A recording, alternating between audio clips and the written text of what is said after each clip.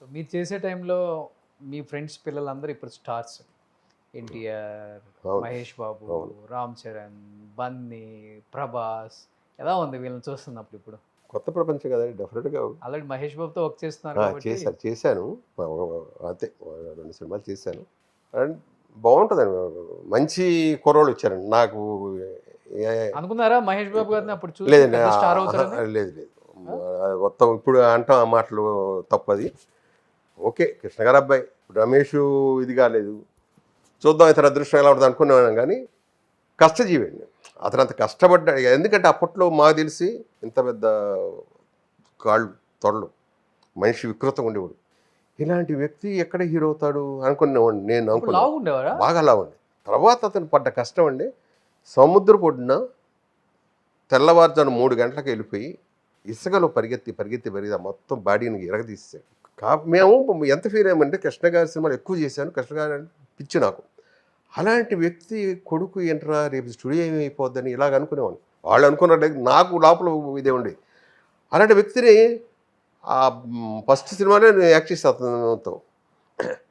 మా మహేష్ బాబేనా, ఇతనేనా అంటే కసి ఉంది, డెఫినెట్ కుమ్ముతాడు, సో పద్మాన్ని నిలబడిపోద్ది అనుకున్నాను. నిజంగా అలాగే సూపర్ స్టార్ అయిపోయాడు. Hats off. అంత ఫ్యామిలీ సన్నివేశాలు కదా మురారి అంతా. ఆ సెంటిమెంట్స్ మీరు అన్నారు కదా, మా టైంలో అంతా మేము సెంటిమెంట్ ఫూల్స్ అయ్యామని. అలాంటి సినిమానే కదా అది కూడా. బాగా అండి, బాగా కలిసిపోతాడా అందరితో? నైస్. 100. ఒక్క ఇతనే కాదండి, మనం తప్పు మిగతా అందరి హీరోలు కూడా, అందరి హీరో పిల్లలు వాళ్ళు కూడా. అల్లు అర్జున్ ఒకసారి నేను డబ్బింగ్ వెళుతుంటే ఒక వ్యక్తి మధ్యలో ఆగిపోయాడు. మనం వెళ్ళానంటే నేను సేపటికి ఆ ధ్యాస ఉండదు, డబ్బింగ్ ఎన్ని ఉన్నాయో ఎంత ఉందో వర్క్ అదే ధ్యాసలో వెళ్ళిపోతుంటా. ఒక ఆకారం ఇక్కడ ఆగిపోయింది. ఇలా చూస్తే అల్లు అర్జున్ అప్కమింగ్ చేస్తాడు. ఏంటి బాబా మీరు వెళ్తున్నారు చూడ, ఆ రెస్పెక్ట్, ఆ గౌరవం. ఆయన అప్రాలు ఈడు అంటే ఏముంది, వెళ్ళిపోవచ్చు కదా తను. నిజంగా గుండె జల్లు మంది కూడా తప్పి మనం చూడాలి కదా, పక్కన ఎవరు ఉన్నారు ఏంటని చూడాలి కదా అని అప్పుడు నేను అనుకున్నాను. అలాంటి వాళ్ళ దగ్గర మేము కూడా నేర్చుకోవాలి, కొన్ని నేర్చుకున్నాం కూడా. వాళ్ళందరూ అలా వాళ్ళు పైకి వచ్చారు, ఫాదర్స్ చూసి నేర్చుకున్న డిసిప్లిన్. ఫాదర్స్ ఏంటండి వాళ్ళు రామ్ చరణ్ అయితే వాళ్ళ నాన్నకన్నా ఎక్కువ చెప్తారు అందరూ బయట. కష్టజీవులు అండి, నిజంగా కష్టపడ్డారు కాబట్టి వాళ్ళు అంత సూపర్ స్టార్స్ అయిపోయారు. సో ఇప్పుడు హ్యాపీ లైఫ్ ఇంకా 100% అండి, నిజంగా చెప్పాలండి. ఏం రిగ్రెట్స్ లేవు, వీళ్ళతో వాళ్ళతో తేడా లేకుండా అందరితో చేసేసారు. 1500 సినిమాలు. కోరికలు ఇంకేం లేవు సార్, అన్నీ ఏం చేయాలన్నది కూడా వచ్చేసింది నాకు. ఏం చేస్తాం ఇంకా. సో ఇప్పుడు మన సినిమా ఇండస్ట్రీ నుంచి పవన్ కళ్యాణ్ గారిని ఎన్నెన్నో మాట్లాడినారు, అసెంబ్లీ గేటు కూడా తాకలేదు అన్నారు. ఇప్పుడు మీరు మంగళగిరి పక్కనే అసెంబ్లీ గేటు, డిప్యూటీ సీఎం, ఈ రోజు ఎలా అనిపిస్తుంది పవన్ కళ్యాణ్ గారి సక్సెస్? యాక్చువల్గా నేను చిరంజీవి గారు అవుతారని ఎక్స్పెక్ట్ చేశానండి. ఎందుకంటే ప్రజలు అంత బాగా వచ్చిందండి ఊపు.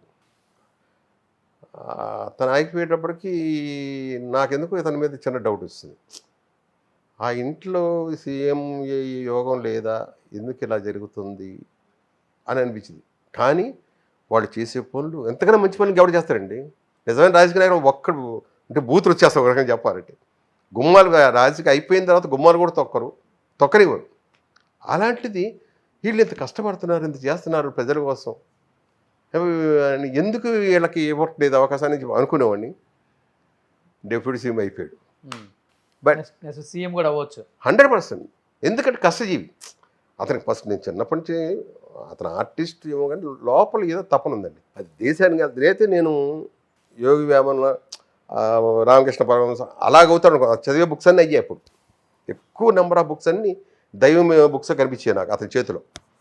అప్పట్లోనే బాగా చిన్న వయసు, ఎందుకు ఇతను ఈ ట్రాక్ వెళ్ళిపోయాడు, ఎంత వయసులో ఎందుకు అని చెప్పి అనిపించేది. కానీ మనం అంత డీప్గా అలా నేను అప్పుడు అడగడం, లోపల ఫీలింగ్ ఉండేది. కానీ తన లోపల కలిసి ఏంటంటే, లోపల ఇంకోటి ఉన్నాడు. నేను అన్నాను ఇందాక, వెళితే రామకృష్ణ పరమహంస లేదా గాడ్సే ఆ టైప్లో అతని లోపల ఇంకో ఉన్నాడు, ఇంకేదో నేను చేయాలి దేశానికి. అందుకే ముందు మంచి మార్గం, మంచి వ్యక్తుల కథలు చదవటం, వాళ్ళ ఈ ఇన్స్పిరేషన్ తీసుకోవటం, వాళ్ళకి వెళ్ళి ఆఖరికి దేశ భక్తులు అయిపోయాడు. బట్ చేస్తాడండి, ఏదో ఒకటి చేస్తాడు. 100% రావాలి, అలాంటి నాయకులు కావాలి. అవును, ఆయన మంచితనం ఇక్కడ దాకా తీసుకొచ్చాను.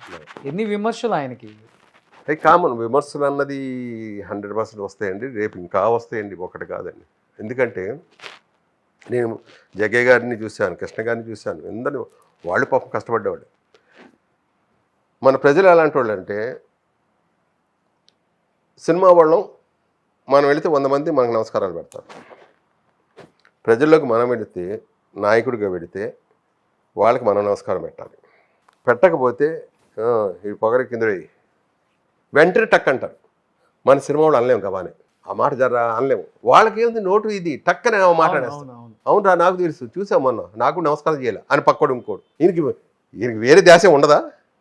ఎన్ని ఉంటే లోపల మెదడులో ఎన్ని పురుగులు దొరుకుతుంటాయి రకరకాలుగా. ఏంటి ఏం చేయాలి, తన సీఎం అయ్యాడంటే, ఒక మామూలు నాయకుడు అయ్యాడంటే వాళ్ళకి ఎన్నో ఉంటాయండి ఆలోచనలు. ఇది ఆలోచించరు వాళ్ళకి అనవసరం. అందుకు వాళ్ళ మార్పు రావాలి, ప్రజల్లో మార్పు రావాలి.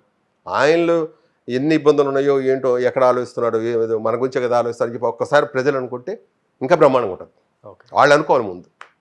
మీరైతే సీఎంగా చూడాలనుకుంటున్నారు? 100%. గెలవగానే వచ్చి వాళ్ళ అన్నకి వాళ్ళ వదినకి అండి. అసలు అది రామాయణంలో లక్ష్మణుడు వాళ్ళ అన్నకి రాముడికి కాళ్ళకి దండం పెట్టాడో తెలియదు కానీ ఇది మన కళ్ళకి చూసామండి. సో అప్పుడు లక్ష్మణుడు కూడా రాముడికి కళ్ళకి దండం పెట్టి ఉంటాడు అనిపించింది నాకు. అది చూడగానే నాకు రామలక్ష్మణుడు కనిపించారు ఇద్దరు కరెక్ట్గా. మొత్తం జయించి వచ్చానన్నా, ఇదిగో నీకు ఇచ్చేసాను. ఆయనకి జరిగిన అవమానం అందరూ తెలిసిందేగా. పీక్ అవతలేసినాడిని, ఇదిగో నీ కాళ్ళ దగ్గర పెట్టాను అన్నాడు. హ్యాట్స్ ఆఫ్, చాలు అన్నకి ఇంకేం కావాలండి, తండ్రి అంతే కదా. ఇంకా సుమన్ టీవీలో మీ పర్సనల్ అండ్ బిజినెస్ ప్రమోషన్స్ కోసం కింది నెంబర్కి కాంటాక్ట్ చేయండి.